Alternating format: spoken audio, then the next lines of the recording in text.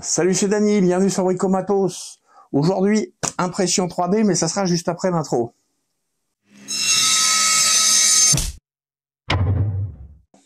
Il y en a qui connaissent déjà ce carton parce que, effectivement, c'est pas une nouveauté. Il s'agit d'une Creality K1 Max. Creality m'a contacté il y a quelques temps pour me proposer un partenariat. C'est quelque chose de vraiment sympathique parce que ça ouvre pas mal de portes. En attendant une superbe nouveauté, ils m'ont demandé de présenter la K1 Max. Certes, c'est pas une nouveauté. Beaucoup de gens la connaissent. Il y en a qui ont déjà fait de nombreuses vidéos sur ses qualités, ses défauts et ainsi de suite. On n'épiloguera pas franchement dessus. Je ne les tairai pas non plus parce que vous me connaissez. Quand il y a quelque chose qui ne va pas, je le signale. Mais je me fais fort de vous trouver des solutions au maximum.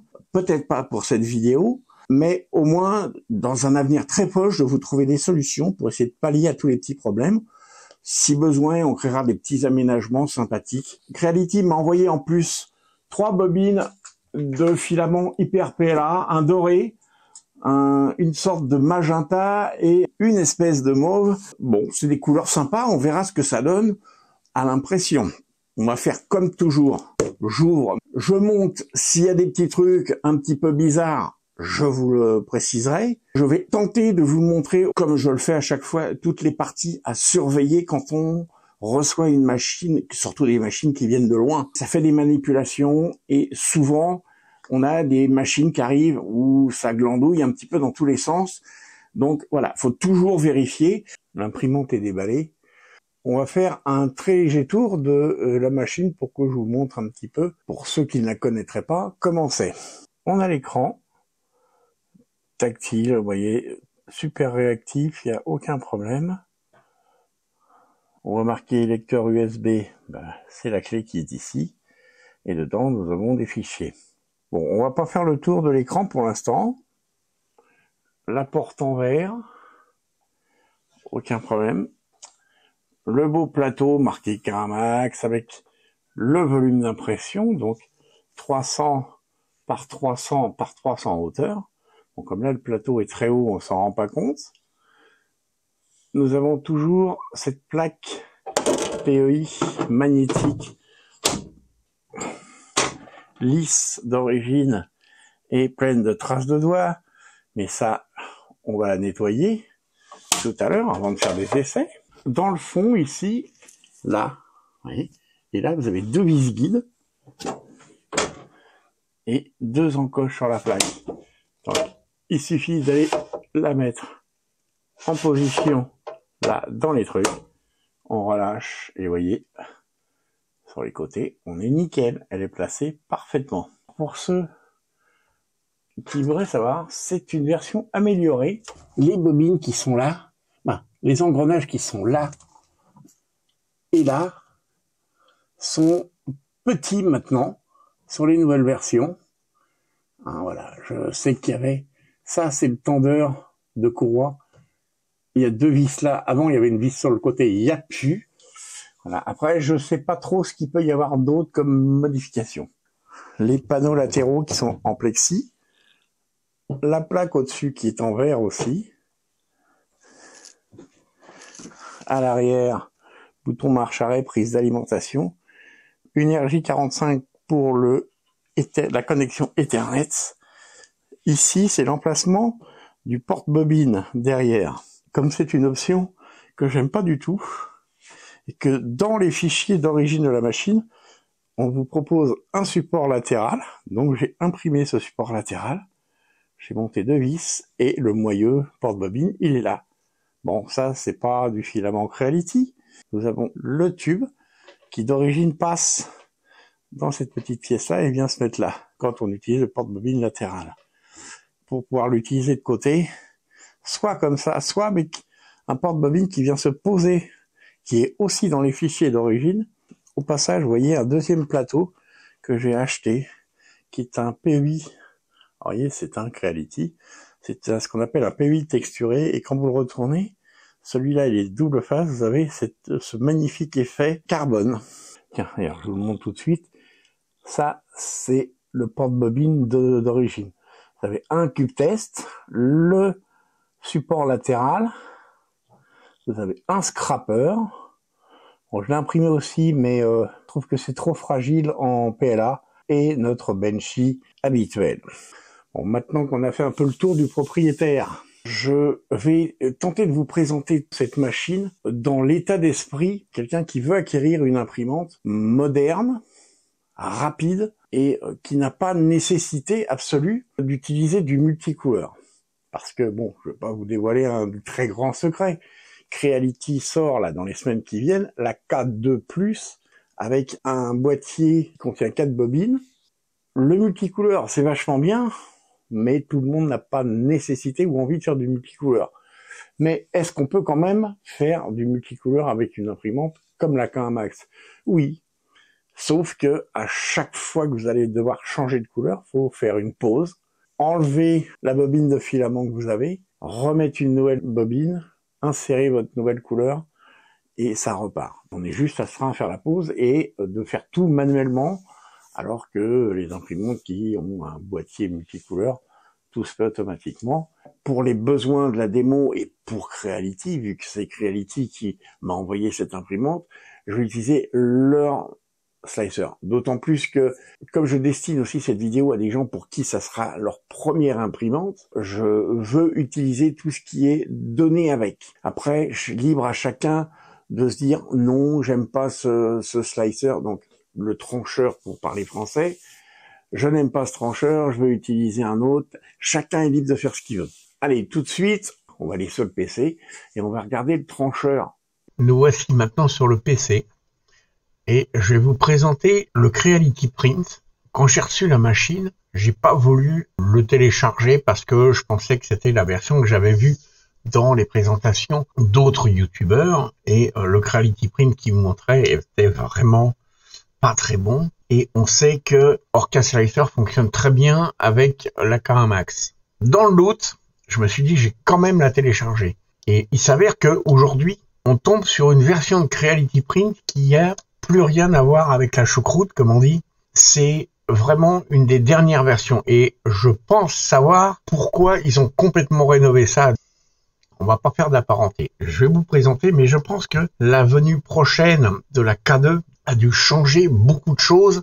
Il a dû les obliger à revoir complètement l'interface et complètement le logiciel. Alors je vous préviens cependant tout de suite d'une chose. Même si vous n'êtes pas très fort en anglais, ne mettez pas la version française. La traduction est vraiment innommable. Creality, sérieusement, il va falloir revoir la traduction complètement avec un français. Donc non, on ne la met pas en français.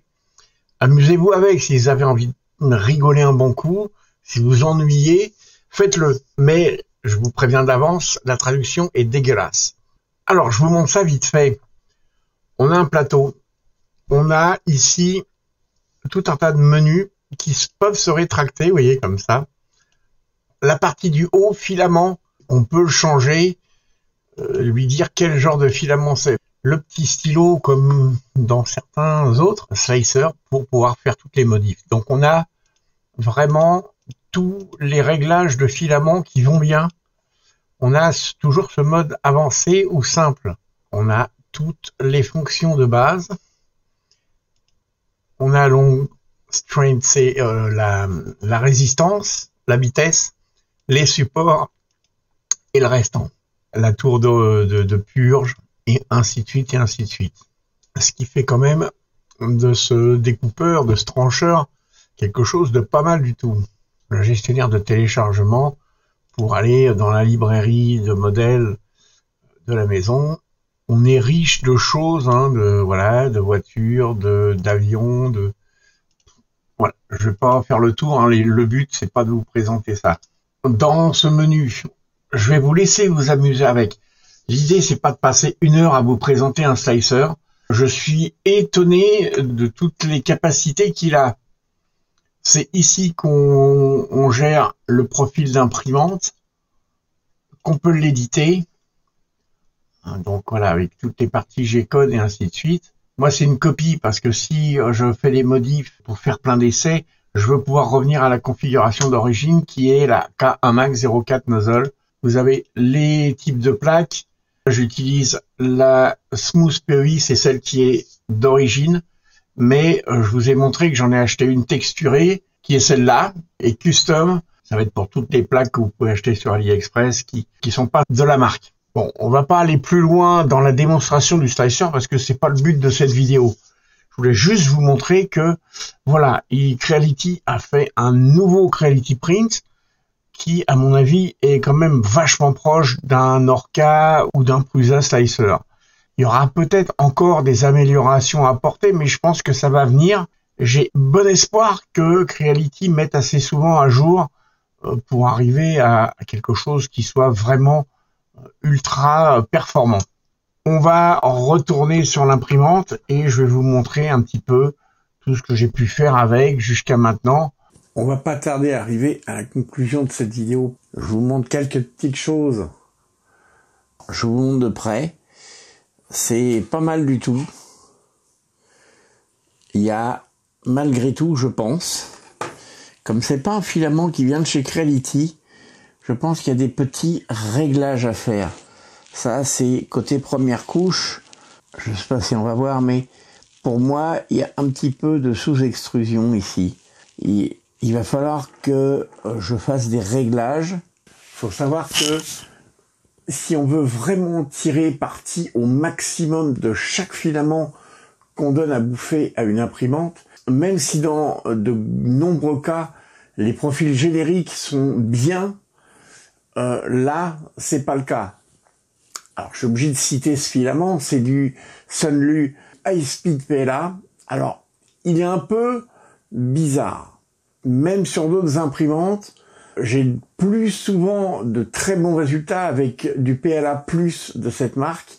En revanche, je vais vous montrer d'autres pièces que j'ai faites et je n'ai pas du tout ce type de problème. Maintenant, bon, cet ours, il est bien.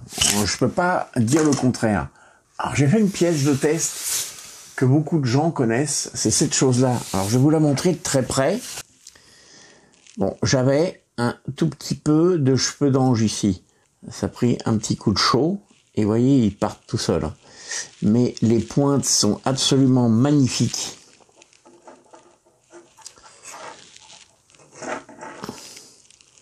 Regardez la tête des ponts.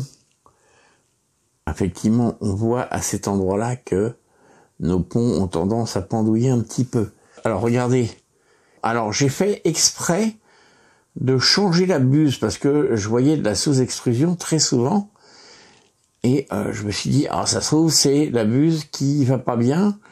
Et j'ai mis la deuxième buse qui est donnée dans le kit avec l'imprimante. Bon, autrement, c'est pas mal. Regardez, là, les ponts, ils sont pas si moches que ça. Là, on voit la partie courbée et on voit que tout est parfait jusqu'à la dernière limite. La dernière limite qui est le 15 degrés quand même. C'est joli. Sur la partie supérieure, regardez, c'est vraiment propre. Il n'y a pas grand chose à dire. Et si on regarde les ajustements, mais tous autant qu'ils sont, mais ça rentre tout seul. C'est même pas la peine de vous montrer les autres, tellement l'ajustement le plus serré, il y va. Il n'y a aucun problème. Alors, bon, c'est vrai que je suis pas tellement un gros fervent des cubes. Ça, c'est le cube qui est intégré dans la machine. Ce filament, c'est l'Hyper PLA Creality qui était dans la boîte. Quand on regarde le dessus, je suis désolé, moi je trouve ça moche. C'est aussi pour ça que j'ai voulu changer la buse. J'ai refait une vérification de la tension des courroies. Vous voyez, après, sur ce test-là, si on regarde les côtés, c'est nickel, il n'y a rien à dire, hein. Il y a un tout petit effet. Alors, on a des mini décalages de couches. Bon, je suis un enquiquineur, hein. Il y a plein de youtubeurs qui vous diraient, regardez comme c'est beau. Mais non, moi je trouve pas ça parfait, loin de là. Ça, c'est le même cube fait avec un autre filament. C'est aussi un high speed de chez Sunlu. mais je le trouve, alors c'est vrai que le noir, c'est pas très parlant. Et là, on voit bien cette espèce de sous-extrusion. Je pense qu'il y a un problème sur la machine. Alors, ce qui est marrant, c'est que alors, sur le blanc, on ne voit pas beaucoup. Si, là, on va bien le voir. Vous voyez, on a toujours ce phénomène. C'est sur la première couche. J'ai aussi fait ce petit cube, parce que je voulais voir. Ça fait partie des pièces de test qu'il y a dans le trancheur, par contre.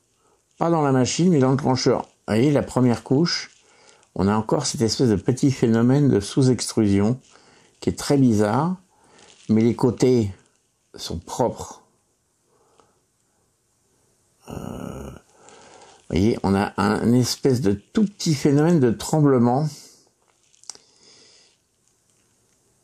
On a cette espèce de bourrelet dans les angles. Alors, je vais m'affairer à ça, mais je suis absolument persuadé que tout est dans les réglages divers et variés. Si besoin était, je le redis une fois de plus, l'impression 3D, ça n'a jamais été, et je pense qu'on n'arrivera jamais à réellement, à 100%, avoir un truc qui va être absolument plug and play, qui va être facile, tu cliques sur un bouton, ça t'imprime des trucs fantastiques. C'est non. Que ça soit de la résine, que ça soit du filament comme ça, c'est non, ce n'est pas ultra facile. Même des imprimantes comme celle que j'ai là-bas, qui coûtent beaucoup plus cher, et même d'autres qui coûtent encore plus cher, avec des têtes de partout, il y aura toujours sans exception, des réglages à peaufiner, parce que chaque filament est différent. Je vous montre un filament que j'utilise depuis un bon moment, parce que j'adore cette couleur. Comme par hasard, c'est un filament de chez Creality. Je vous le montre, c'est un violet qui est absolument magnifique. Je trouve pas de violet aussi beau, c'est un violet brillant, un PLA classique, silk. Je vous montrerai des trucs que j'ai fait avec dans la prochaine vidéo, qui sera un peu plus consacrée aux pièces artistiques et surtout aux bobines de filaments que Creality m'a envoyé. Si on veut pousser un peu plus loin la réflexion, il faut pour chaque filament faire au minimum une mini pièce de test. Vous n'avez pas besoin de faire la demi-lune que plein de gens font, ça n'a aucun intérêt. J'aime pas gaspiller du filament pour faire des pièces de démonstration qui sont cons. Je préfère faire des pièces artistiques, comme je vais vous faire la prochaine fois, et vous les montrer. Parce qu'au moins cette pièce artistique, ou une pièce que j'aurais conçue, que je pourrais vous montrer aussi, et qui sert à quelque chose, ou que ça soit une déco que je vais faire pour quelqu'un, plutôt que de faire des pièces de test et de démonstration. Pour le fun, dans la prochaine vidéo, je vous montrerai aussi tous les aménagements que j'aurais pu faire pour cette machine, parce qu'il y a quand même pas mal de choses que je vais faire, parce que c'est une machine que j'aime bien, et il y a des choses qui m'enquiquinent. Comme je vous ai dit, j'ai changé la buse pour vérifier si c'était elle la fautive. C'est ce qui change dans la K1 Max. Alors vous voyez, je l'ai pas redécapé parce qu'elle est couleur cuivre quand elle est flambant neuve. Mais voilà, maintenant, les buses de K1 Max, c'est ça. Je trouve qu'elles sont très bien. Je voulais m'assurer qu'elle était en bon état. Elle l'est, donc elle le retourne dans sa petite boîte. Mais ça m'a démontré à quel point, même si souvent les gens vous disent « Oh, mais c'est super facile à faire », ça n'est pas compliqué, mais pour changer la buse, sur le côté de la tête, vous avez deux vis qui retiennent tout le plastique de la tête. Sauf que vous avez le lidar qui est sur le côté. Et pour démonter la vis qui est du côté gauche, donc elle est derrière le lidar, forcément, sinon c'est pas drôle, vous avez une prise, vous avez des fils, et à force de les triturer dans tous les sens, inévitablement, un jour, on va se retrouver avec une panne de ce côté-là parce que on aura trituré trop les fils. Je trouve ça emmerdant à faire. On va pas se le cacher, donc on est obligé de démonter le lidar, enlever les deux vis pour enfin avoir un accès propre. Donc, comme j'ai trouvé quelqu'un qui a créé un petit mode, je vais le tester réellement avant de vous en parler et de vous dire que vous pouvez le faire. Mais voilà, on refaire une partie avant. Donc, vous voyez, ça c'est tout le capot plastique. Sauf que celui-là, il se sépare en deux et il est maintenu par des aimants comme ceux qu'il y a sur l'imprimante qui est là-bas. L'intérêt, c'est que bah vous n'avez plus à démonter le lidar à chaque fois, donc vous n'avez plus à manipuler de connecteur. Moins vous manipulez de connecteur, et mieux c'est. Donc je vais faire une petite conclusion brève sur cette machine. C'est une Karamax. On la connaît, c'est une bonne imprimante. On a 30 par 30. C'est un super volume. Pour moi, c'est mieux. Les deux que je possédais avant, c'était 250 par 250 par 250. On n'est pas à 2 mm près, hein. Et il y a que ma vieille Sidewinder qui faisait 300 par 400.